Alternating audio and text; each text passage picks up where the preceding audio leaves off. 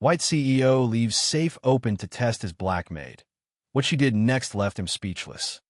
Was the safe left open? Naomi Ellis whispered, the words barely a sound as she froze at the entrance to the study. The West Mansion was submerged in the quiet of early morning. Pale light sliced through the tall windows, casting long, dark shapes across the gleaming marble. A massive chandelier hung overhead, glittering softly, while the rhythmic ticking of a vintage grandfather clock echoed in the stillness. Everything was as it should be, except for the vault. The safe stood on the far side of the room, its heavy steel door agape. Within, bundles of currency were stacked neatly beside velvet cases holding diamonds, gold, and sealed legal papers. It was a scene that felt staged, a deliberate invitation to temptation. Concealed just out of sight in a shadowed archway stood Julian West. At 33, he was a titan of his industry, formidable in business but entirely alone in his life. His name was a byword for control, wealth, and power. He placed his faith only in these things. Love had wounded him, friends had exploited him, and those who had pledged allegiance had betrayed him behind his back.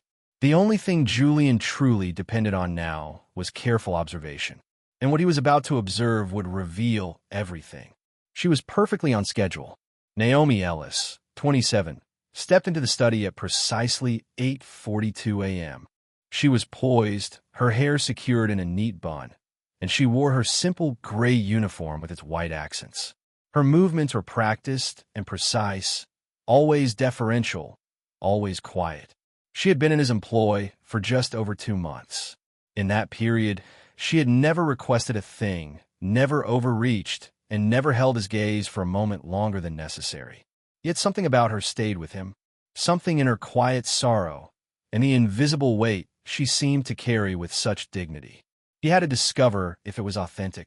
Naomi moved into the room, cloth in hand, but stopped abruptly when she saw the open safe. She drew a sharp breath.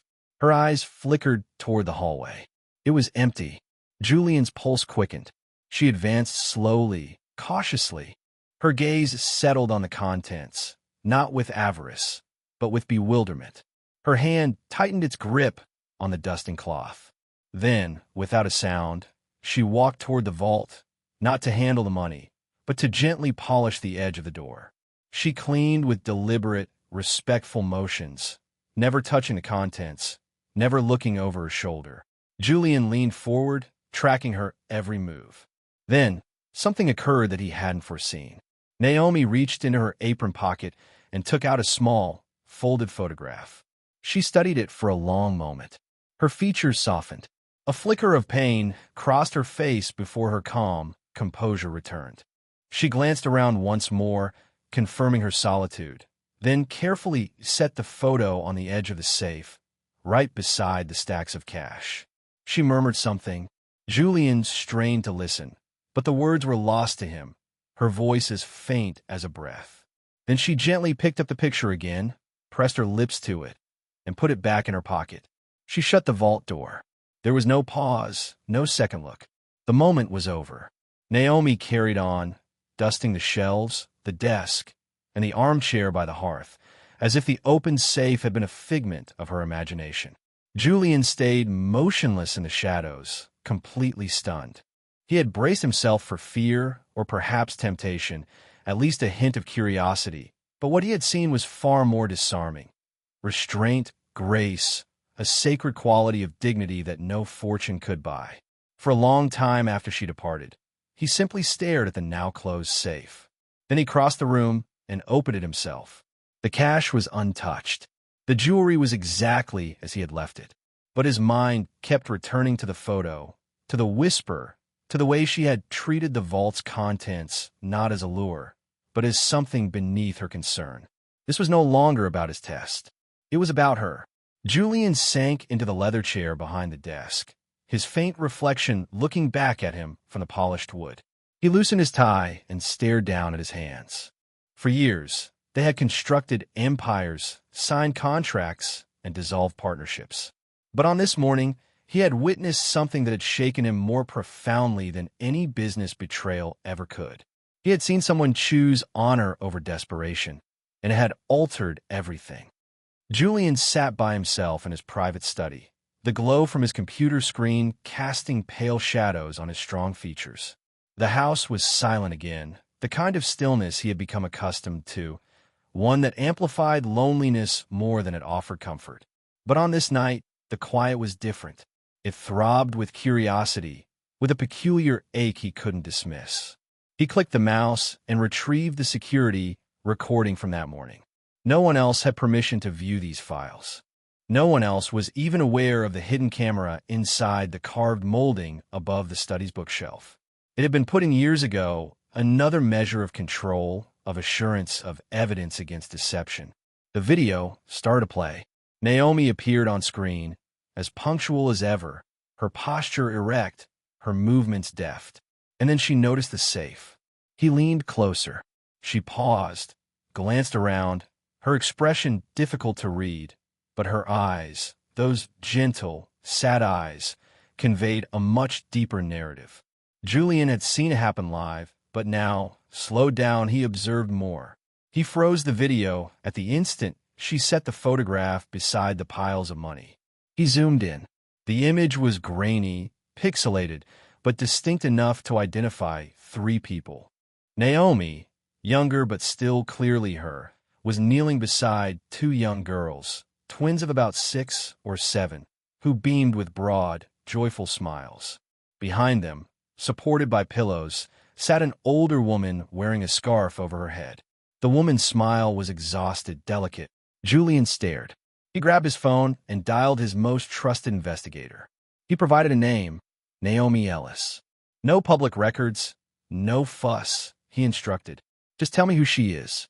The report arrived in under 48 hours. Naomi Elizabeth Ellis, a former elementary school teacher, had been widowed at 25. Her husband, Daniel, had perished in a construction accident, leaving her with twin daughters, Imani and Brielle. Her mother, Ruth Ellis, was diagnosed with stage 4 lymphoma not long after. Naomi had quit teaching and taken any work she could get, cleaning homes, waiting tables, working overnight shifts at grocery stores, just to make ends meet. No criminal history, no legal troubles, no debt, only survival. Julian read through the report 3 times. Each word felt heavier than the one before it. He considered how she navigated his home, silent and unseen, yet always meticulous. She never lingered in rooms where she wasn't supposed to be. She never intruded. She never looked at him for longer than was proper. But now, aware of what she bore, every glance from her seemed more significant, every quiet moment more sacred. He recalled walking past the kitchen one morning and seeing Naomi carefully threading a needle. He had stopped, intrigued. She had been mending a torn sleeve on the cook's jacket. He remembered the day one of his expensive timepieces had dropped onto the garden walkway. It had rained that night. The next morning, the watch was back, clean, unharmed, and placed neatly on his dresser. No note was left, no credit was taken. She had never spoken of it, and now he understood the reason. She was surviving, but she was not begging. She was drowning, yet she remained graceful, still dignified. That evening, Julian stood at his office window, the city lights stretching out like an endless galaxy beyond the glass. He looked toward the horizon, his thoughts no longer on board meetings or profit margins. He was thinking about a woman who never requested help, and a photograph placed beside millions as if it held more value than anything else on earth. He did not feel pity for her. He admired her, and for the first time in ages, Julian West felt something stir within him, something that both frightened and drew him in, a desire to comprehend, a need to move closer. The rain murmured persistently against the tall, arched windows of the West Estate. It was the sort of cold, overcast afternoon that seemed to make time stand still. Thunder rumbled softly in the distance, and the aroma of damp soil and lavender from the garden drifted through the air. Julian sat by himself in the vast library, the fire crackling quietly in the hearth. He had reached his conclusion that morning, but now found himself hesitating, swirling the untouched scotch in his glass, his jaw tight. Then a quiet knock sounded. He didn't reply at once. When he finally did, his voice was low. Come.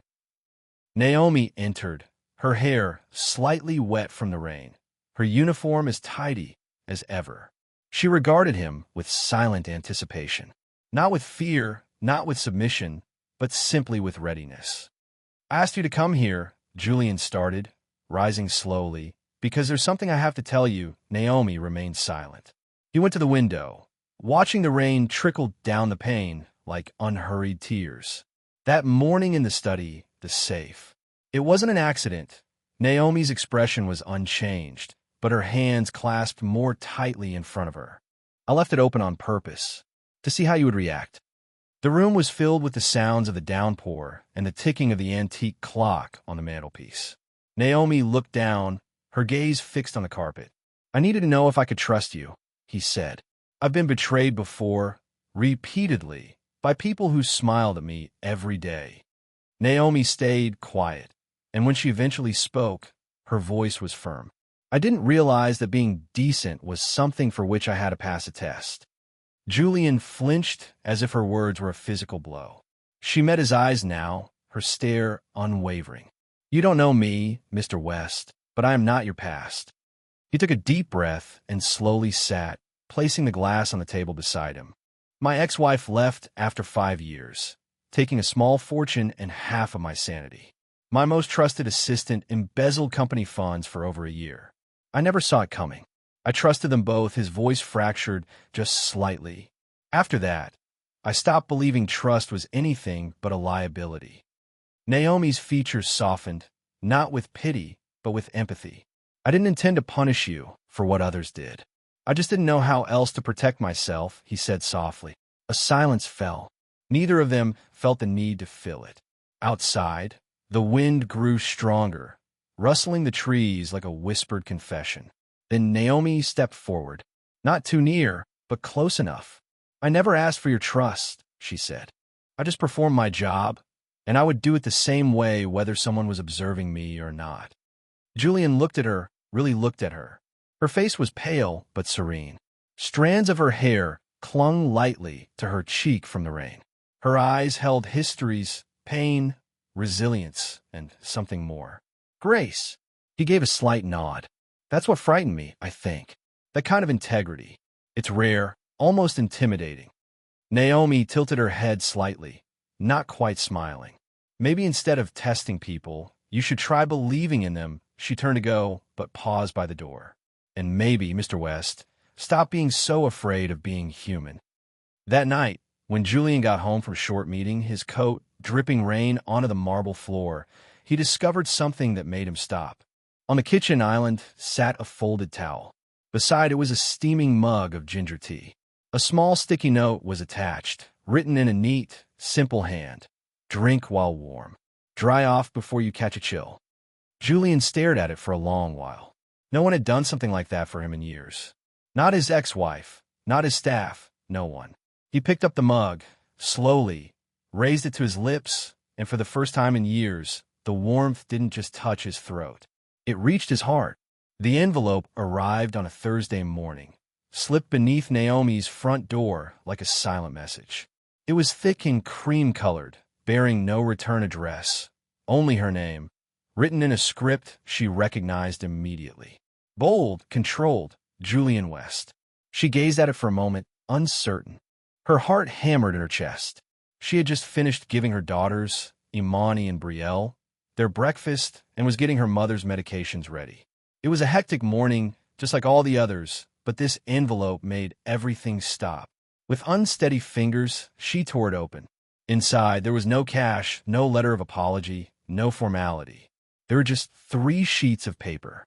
The first was a notice from St. Gregory's Academy, a highly regarded private school in the city. It confirmed 2 full academic scholarships for Imani and Brielle Ellis.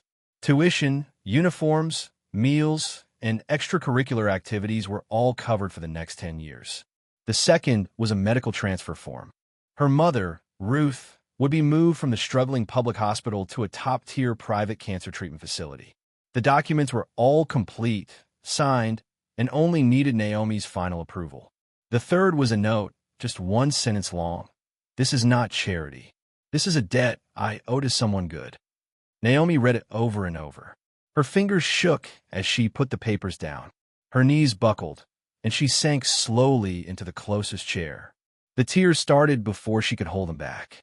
Not because of the scholarships or the upgraded medical care, but because for the first time in a very long time, someone had noticed her struggle and had responded not with pity, not with conditions, but with respect.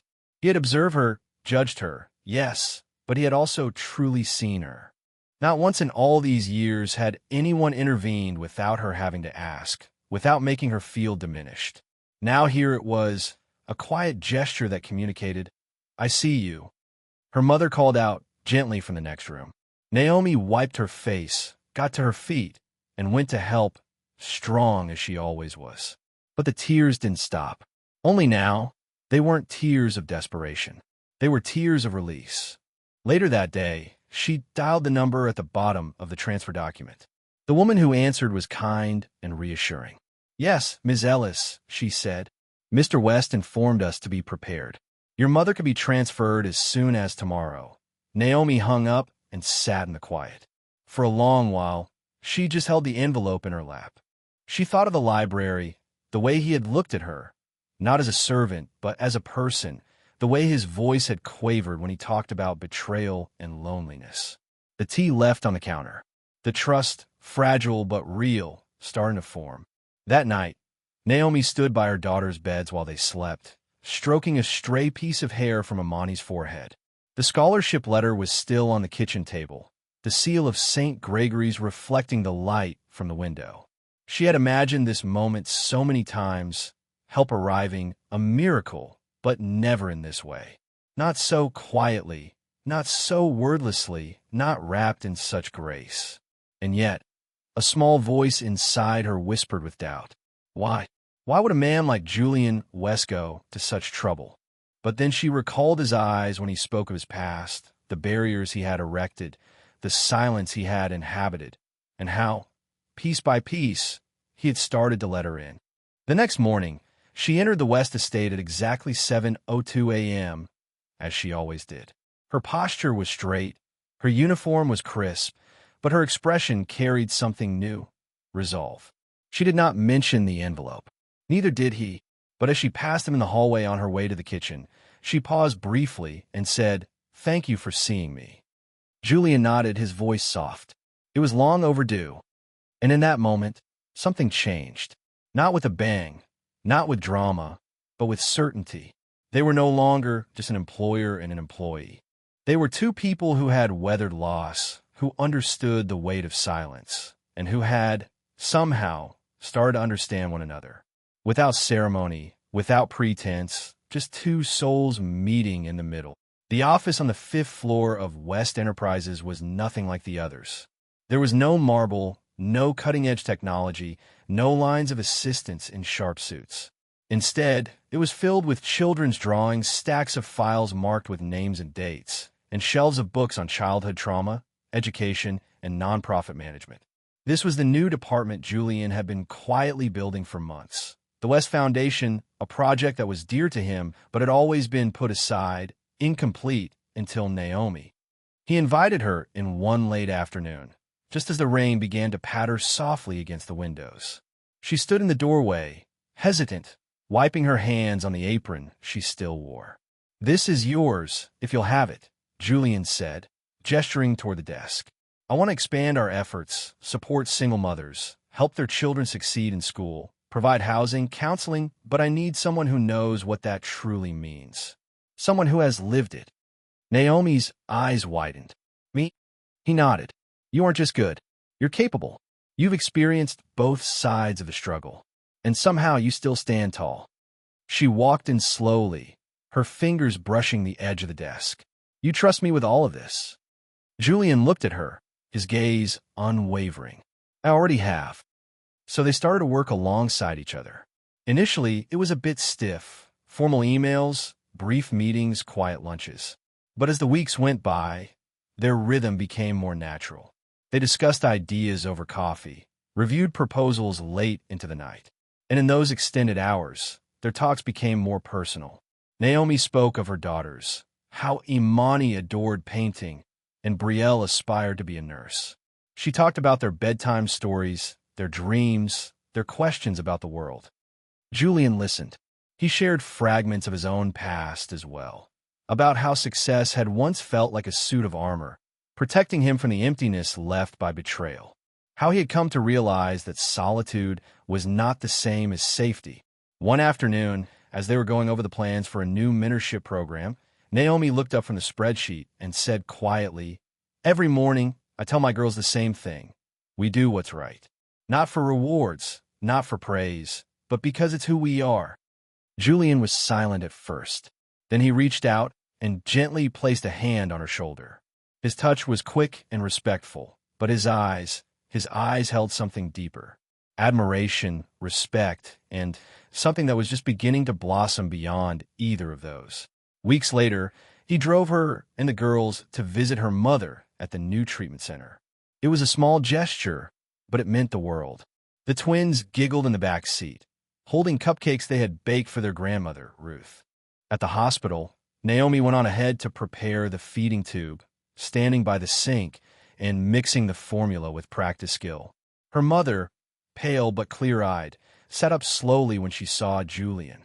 "You're the one who helped her," she said, her voice raspy. Julian stepped forward, surprised. "I just opened a door." She walked through it. Ruth reached for his hand. Her grasp was faint but firm. She's always been strong. Too strong. Sometimes strong people forget they're allowed to be happy. Too. Julian swallowed hard. He glanced toward the kitchen, where Naomi stood with her back to them, her shoulders trembling slightly. Ruth continued, her voice shaky. "Before I go, I just want to know she won't have to carry it all alone anymore. She deserves to rest, to smile."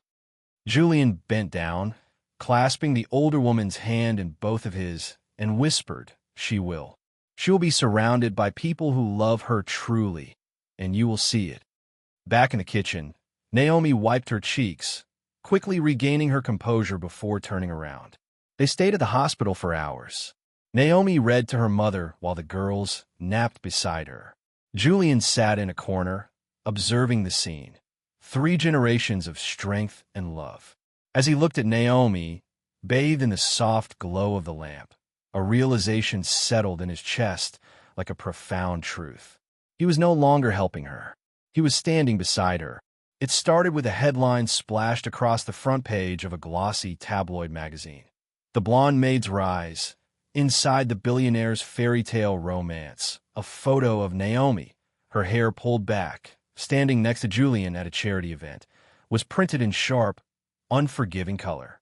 Beneath it, the subhead screamed, "Has the cold-hearted Zoe finally melted, or is this just another publicity stunt?" Naomi stared at the article, aghast. Her hands shook as she turned the page to find more pictures of her leaving Julian's estate, one of them walking with her daughters, and another unmistakable shot of Julian's hand resting gently on her back. Then came the accusations.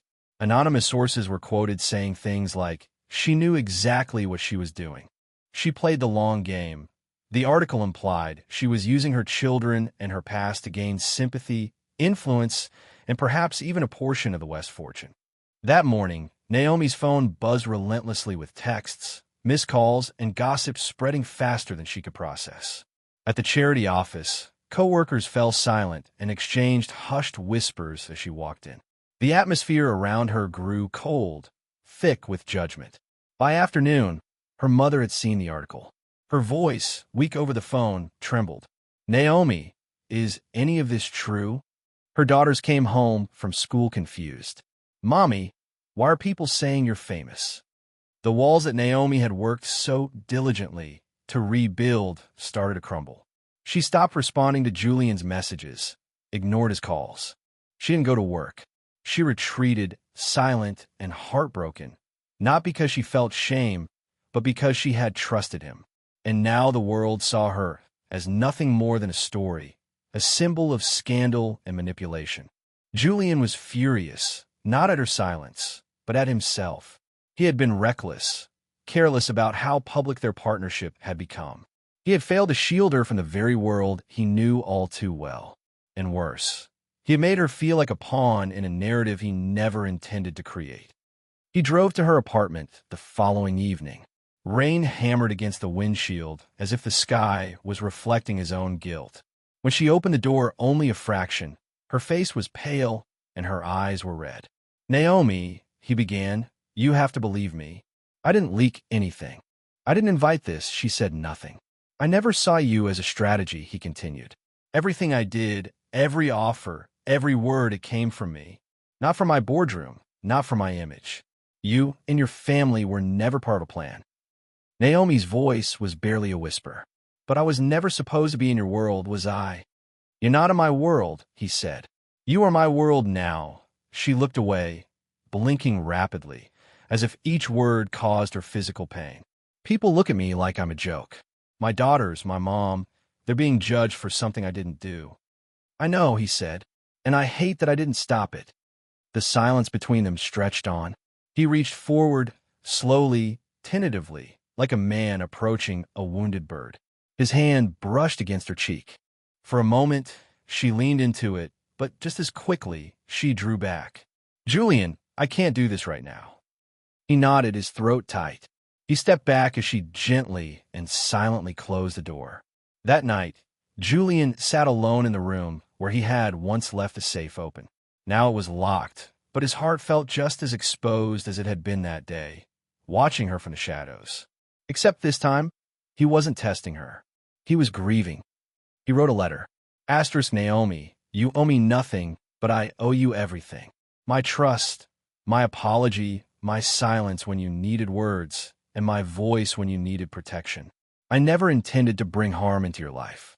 I only ever wanted to offer peace. I will not ask for forgiveness, but I will hope for your heart to heal. And if one day that heart ever opens again, I will be waiting. With no expectations, only love. Asterisk. He folded the letter and slid under a door, then walked away. Inside, Naomi stood motionless, the paper clutched to her chest, unread but already heavy with meaning. For the first time since the storm had started, she allowed herself to cry, not from humiliation, but from the aching confusion of hope. The hospital corridor was cold and silent, except for the distant beeping of machines and the occasional squeak of nurses' shoes on the linoleum. The overhead lights buzzed faintly, casting a sterile glow on everything they touched. Naomi sat slumped on the hard plastic bench outside the pediatric wing, her hands clenched tightly in her lap, her knuckles white, her legs trembling beneath her. Her daughter Imani had collapsed at school that morning. A high fever, labored breathing, and a confusion in her eyes that quickly turned to unconsciousness. The ambulance had come both too fast and not fast enough. The doors had slammed shut, the sirens had wailed, and Naomi had barely held herself together in the back as she clutched Imani's hand all the way to the emergency room. She had not called Julian. She had stared at his name on her phone for 10 long minutes, her thumb hovering over the screen, tears blurring the text. And then, with a breath that tasted of fear and shame, she had locked the phone and pushed it deep into her coat pocket. This was her child, her crisis, her responsibility. He had already done too much. He had already been entangled in enough of her chaos. Inside room 204, Imani lay quietly, her small body connected to 4 lines and heart monitors. Every few minutes, she whimpered in her sleep. The doctors had said they were waiting for lab results, that it could be viral or bacterial or worse. Naomi had nodded, but her mind was a storm of numbers, medical bills, and unanswered prayers. She had told the attending physician she would figure out a way to pay for the specialized antibiotic therapy Imani might need. But the truth was, she had no way. Not this time. Then the door at the far end of the hall swung open. Footsteps echoed, measured, firm, familiar. Naomi looked up, and her breath caught in her throat. Julian. He stood tall in the doorway, his expression unreadable, but his presence was undeniable. He didn't speak right away. He just walked toward her. Each step was filled with a quiet urgency that stripped her of every wall she had tried to build. Behind him walked a man in a white coat, sharp and precise, carrying a leather case. Naomi recognized him from a photograph in Julian's study. Dr. Henry Madsen, his private physician, the one who had cared for Julian's sister during her own long battle with leukemia. Naomi stood up, her voice trapped in her throat. "How?" "I heard," Julian said gently, his eyes fixed on hers. "Your neighbor called the estate. She said you left in a panic and didn't come back." Naomi tried to speak, but only a choked breath escaped. Her pride surged for one last stand, but her heart, weary and terrified, overruled it. Julian turned to Dr. Madsen. "Room 204. Do what you need to do." The doctor nodded and entered the room without another word. Naomi's composure crumbled. The tears came fast and without mercy. She didn't try to hide them this time. Her knees buckled slightly, but before she could fall, Julian was there. He wrapped his arms around her, firm, steady, unshakable, and held her close. She buried her face in his coat, her sobs shaking her entire body. "I didn't know what to do," she whispered, her voice muffled by emotion. "I wasn't afraid of the sickness. I was afraid of needing someone." Julian lowered his chin to her hair, resting it there, breathing in the moment. "You taught me what honesty looks like when no one's watching. Let me show you what staying looks like when it matters most."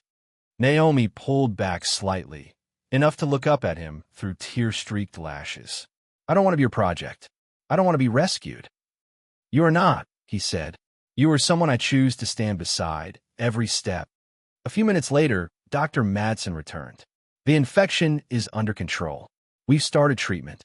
She'll be okay." Naomi released a breath that she had been holding for hours. She rushed into the room, kissed Imani's warm forehead, and whispered promises of pancakes and cartoons when they got home. Julian remained at the doorway, watching them, watching the pure, unshakable strength of love. And in that moment, he knew with absolute certainty. He was not here because he felt responsible. He was here because he no longer knew how to be anywhere else. A year had gone by, but the study remained the same. The chandelier still cast warm circles of light across the marble floor. The antique clock still ticked with its deliberate rhythm, and the safe, sleek, heavy, and silent, stood exactly where it had been on that morning long ago. But this time it was closed. Naomi walked into the room slowly, her hand in Julian's. She wore a navy dress, her hair flowing freely over her shoulders. Her eyes surveyed the familiar space, then settled on the safe, her eyebrows rising slightly. Julian offered a small smile. "Do you remember what happened here?" She gave a gentle nod. "Ido." He led her toward the desk, where a single drawer was slightly open. The same drawer where he had once kept his most private documents, the drawer he never allowed anyone to touch. He took a breath and said, "That day, I opened this safe to test you. I thought I was being clever. I thought trust was something people had to earn or fail to." He stepped closer to the safe, then reached up and gently touched the steel surface. "But you didn't just pass the test. You taught me what it meant to believe again." Naomi listened in silence, a lump forming in her throat. "I have kept this safe closed since," he went on, "because I finally understood that some things, like love and trust, should never be tested. They should be given." He turned to the drawer and pulled out a small velvet box. There was no flourish, no theatrics, only truth. Opening it revealed a simple ring. No oversized diamonds, no designer insignia, just a clean, elegant band with a delicate twist of silver and one small sapphire. Julian dropped to one knee, not as a performance but out of reverence. He looked up in her eyes and said softly, "Naomi Ellis, you are the only person who ever made me believe I could have something real. Not because of what you gave me, but because of what you never took. You gave me back my peace." He glanced at the safe one last time. "So now I want to close this forever and instead open something far more precious." He held up the ring. "Will you open your heart, as you once opened your trust for me? Will you marry me?" Naomi's lips parted, her breath catching in her chest. Tears blurred her vision. She nodded slowly, then firmly. "Yes," she whispered. "Yes, Julian." As he slipped the ring onto her finger, two little voices shrieked with joy from behind the doorway. "Mommy," he asked. Naomi turned just in time to catch both of her daughters as they barreled into the room, flinging their arms around her and Julian. He laughed, holding them close, one on each side. Naomi wiped her eyes, smiling through the tears, her heart impossibly full. The safe behind them stayed closed, but the room, once heavy with suspicion and solitude, now echoed with laughter, love, and a new beginning.